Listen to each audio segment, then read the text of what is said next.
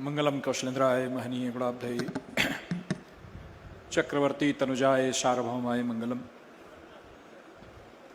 सम्मानित मंच और आदरणीय मधुकर उपाध्याय जी हमारे अयोध्या के ही हैं।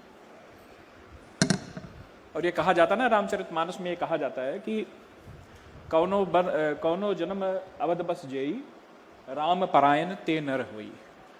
तो किसी भी जन्म में यदि व्यक्ति को अयोध्या में रहने का यदि सौभाग्य प्राप्त हो जाए तो उसे आने वाले किसी जन्म में भगवान के प्रति परायणता यानी भगवान के प्रति समर्पण स्वमेव प्राप्त हो जाता है। यानी कि अयोध्या में जन्म लेने मात्र से ही व्यक्ति उस जन्म में ना हो सके तो हो सके, नहीं अगले किसी न किसी जन्म में उसके अंदर राम भक्ति उजागिर हो जाती है।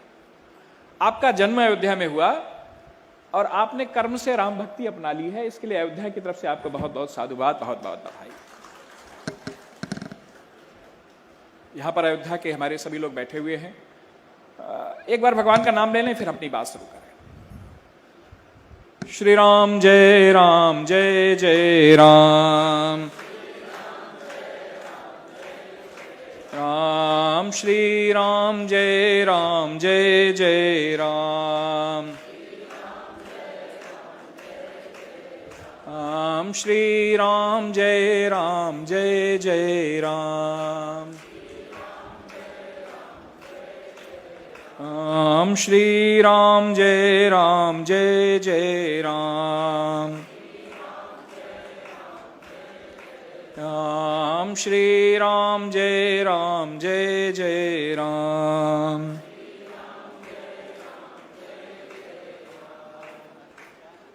दुनिया में जो सबसे कठिन कार्य है या जो बहुत अद्भुत कार्य है, उन कार्यों की श्रेणी में यदि किसी कार्य को रखा जाए, सबसे कठिन कार्य रखा जाए, तो वह ईश्वरीय अनुभूति प्राप्त करना है। मुझे लगता है कि किसी के बहुत से जन्म जन्मांतर की तपस्या जब पूर्ण होने की होती है, उस पर भगवान की बड़ी कृपा और आशीर्वाद होता है, तब जाके उसकी तपस्या पूर्ण होती है और व्यक्ति किसी अनुभूति को प्राप्त करता है। उसको कुछ अनुभव प्राप्त होते हैं जो पारलौकिक होते हैं, जो अलौकिक होते हैं, जो दिव्य होते हैं, जो अद्भुत होते हैं। वह अनुभव प्राप्त करना ही अपने आप में बहुत कठिन कार्य है। और उससे भी कठिन कार्य यदि कोई है तो वह उस अनुभव को अभिव्यक्त करना, और उस अभिव्यक्ति से भी जो कठिन कार्य कोई है तो वह उस अभिव्यक्ति को लोगों के लिए बोधगम्य बनाना, लोगों की समझ के दायरे के अंतर्गत लाना। क्योंकि नारद भक्ति सूत्र कहता है कि अनिर्वचनीय प्रेम स्वरूपम मूकम स्वादमवत, यानी कि यह जो अनुभव है, जो अनुभूति है, वह उसका अनिर्वचनीय है, यानी उसको हम अभिव्यक्त नहीं कर सकते। कैसे नहीं कर सकते? जैसे कोई व्यक्ति जिसके पास जबान नहीं हो, जिसके पास शब्द नहीं हो, जिसके पास बोलने की क्षमता नहीं हो, और उसे गुड़ खिला दिया जाए और उससे यह कहा जाए कि इसका स्वाद बताया जाए, तो वह चाहकर भी उसका स्वाद नहीं बता सकता। यह इतना दुरूह कार्य है। प्रकाशित कॉपी प्राप्त, किसी किसी पात्र के अंतर्गत वह प्रकाशित होता है, सबके अंदर प्रकाशित नहीं होता है। मुझे लगता है कि अनुभव से, अनुभूति से स्वयं परिचित होकर, उसे हृदयंगम कर और उसे जन सामान्य में लोगों को परिचित कराने में, जन सामान्य में उस अनुभव से अनुभव का साझा करने में, यदि पूरी दुनिया के साहित्य में सबसे प्रभावी और समर्थ कोई व्यक्ति हुआ है तो मुझे लगता है कि अवधि के वह प्रातः स्मरणीय कवि गोस्वामी तुलसीदास जी हुए हैं, जिन्होंने अपनी कविता से, अपनी रामायण से, हम लोग कहते हैं ना कि हम लोग रामायण पढ़ते हैं, मैंने 108 पाठ से ज्यादा रामायण का पाठ किया है, और बहुत से पाठ तो अभी भी ऐसे लगता है कि जैसे कल ही पढ़ा है, और ये पढ़ता हूं तो सर के ऊपर से निकल जाता है। मैं पहले भरत चरित्र का आज बहुत बड़ा प्रशंसक हूं, 50 बार इसको पढ़ा तो मुझे लगा कि इतना ज्यादा विस्तार से लिखने की क्या आवश्यकता थी। लेकिन ये बात में समझ में आई कि मथ प्रकटे सुर साधु हित कृपा सिंधु रघुवीर प्रेम अमीय मंदर विरह, मतलब कि प्रेम का अमृत जो समाज को प्रकट करना है, उसको विरह रूपी मंदिर से जब मथा जाता है तब वह जो उसका भरत पयोधि गंभीर, यानी भरत की गंभीरता से वह जो प्रेम निकलता है, वह मथ प्रकटे सुर साधु हित कृपा सिंधु रघुवीर। ये इतनी समुद्र मंथन की है जो जटिल प्रक्रिया है, और उसका जो प्रेम, उसका जो नवनीत निकलता है, उसको जन सामान्य में उपलब्ध है, और जन सामान्य तक पहुंचाने में यदि कोई सक्षम और समर्थ रहा है तो गोस्वामी तुलसीदास जी रहे हैं। रामचरितमानस वह ग्रंथ है कि जिसके अध्ययन से, जिसके अनुशीलन से, जिसके पारायण से, जिसके पाठ से व्यक्ति को कदम दर कदम, इंच दर इंच परमात्मा का सामीप्य प्राप्त होता है।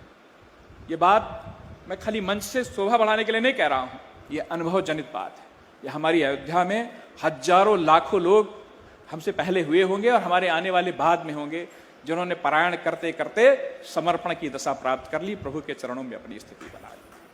रामचरितमानस वह, और यह ग्रंथ की श्रेष्ठता इसी बात में है कि व्यापक ब्रह्म निरंजन निर्गुण विगत विनोद सो अज प्रेम भगति बस कौशल्या की गोद। जो व्यापक है, जो सर्वव्यापी है। कहा जाता है ना कि ओम ईश्वर सुदम गुम सर्वम यत् किंचिम जगत्याम जगत। ये कहा जाता है कि ईश्वर सत्यम जगत मिथ्या ब्रह्मम जीवई ना परा।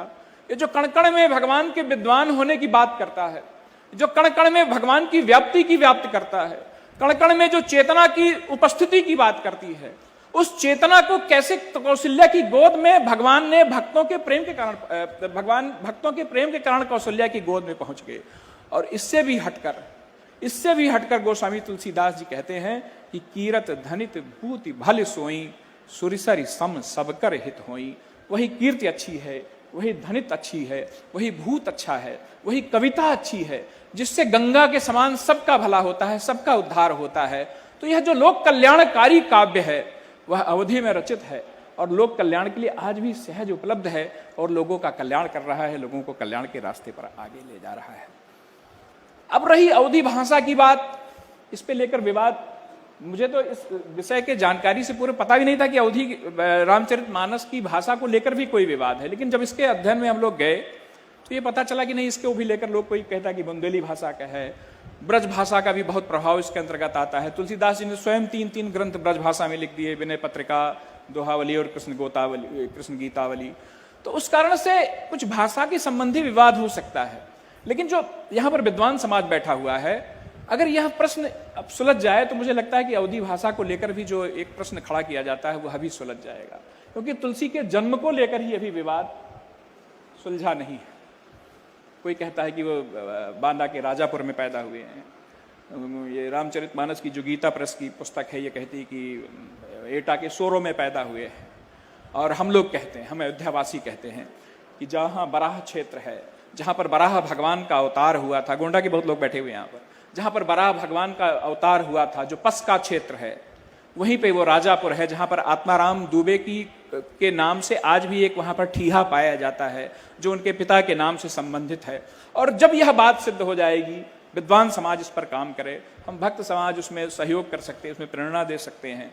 जब यह बात सिद्ध हो जाएगी कि तुलसीदास जी का जन्म राजापुर में, वो गोंडा, वो जो सरयू और घाघरा का संगम है, जहाँ पर बराह भगवान ने अवतार लेकर पृथ्वी को रसातल से उभारा था, वो जो बराही क्षेत्र है, वहाँ का जिस दिन यह सिद्ध हो जाएगा, मुझे लगता है कि भाषा संबंधी जो विवाद है अपने आप शिथिल पड़ जाएगा। क्योंकि तुलसीदास ने और अपने जन्म के बारे में कुछ तो नहीं लिखा है, लेकिन उन्होंने लिखा है कि मैं पुण्य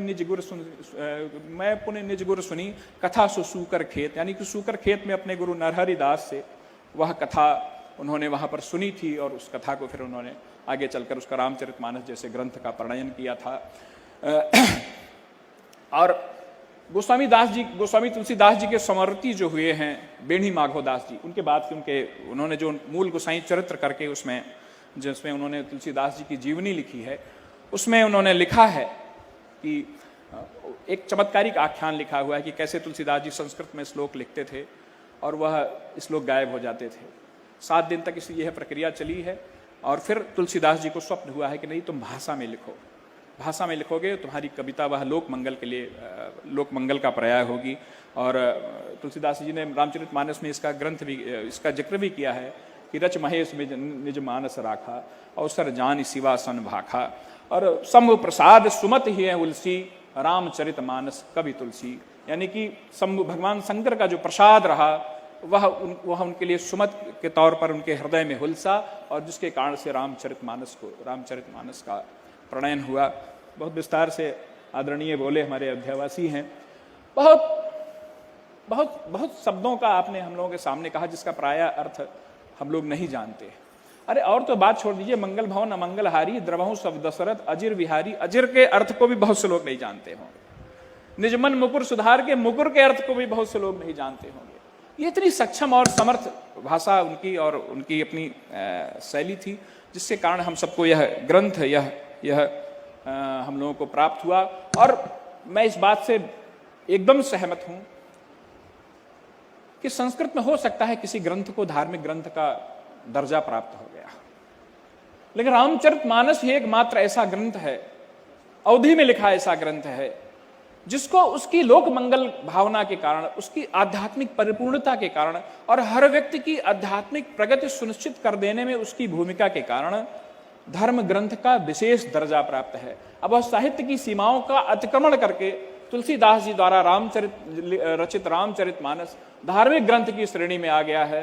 साहित्यिक ग्रंथ की सीमाओं का अतिक्रमण बहुत पहले वह कर चुकी है, और आज वह एक धार्मिक ग्रंथ के तौर पर, और मुझे लगता है कि भारतीय संस्कृति को विपरीत परिस्थितियों में भी यदि किसी दो ग्रंथों ने बचा के रखा तो श्रीमद् भागवत गीता और श्रीमद् रामचरितमानस, यही दो ग्रंथ ऐसे रहे जिन्होंने तमाम विपरीत स्थितियों में भी हमारे घरों में उस संस्कृति की उस लौ को जला के रखा, उस दीप्त को प्रदीप्त रखा, और जिसके कारण से आज हमारी संस्कृति फिर से पुनः पल्लवित पुष्पित हो रही है। बहुत विस्तार से बहुत देर से बातें हुई। मैं अयोध्या न्यास के इस कार्यक्रम के प्रति आभार व्यक्त करता हूं, उनके प्रति साधुवाद प्रकट करता हूं कि उन्होंने यह अवसर प्रदान किया हम लोगों को यहाँ पर आकर अपनी बात कहने का, रामचरितमानस के बारे में अपनी बात कहने का। और सबसे बड़ी बात कि तुलसीदास जी का जो ग्रंथ है उसकी जो व्यापकता है, उसकी जो लोक मंगल की भावना है, उसकी जो कल्याणकारी भावना है, वह धीरे धीरे एकेडमिक जन सामान्य में तो इसकी स्वीकार्यता है, लोग मानते हैं। एकेडमिक हलकों में भी धीरे धीरे इसकी घुसपैठ हो रही है, धीरे धीरे इसका प्रभाव बढ़ रहा है।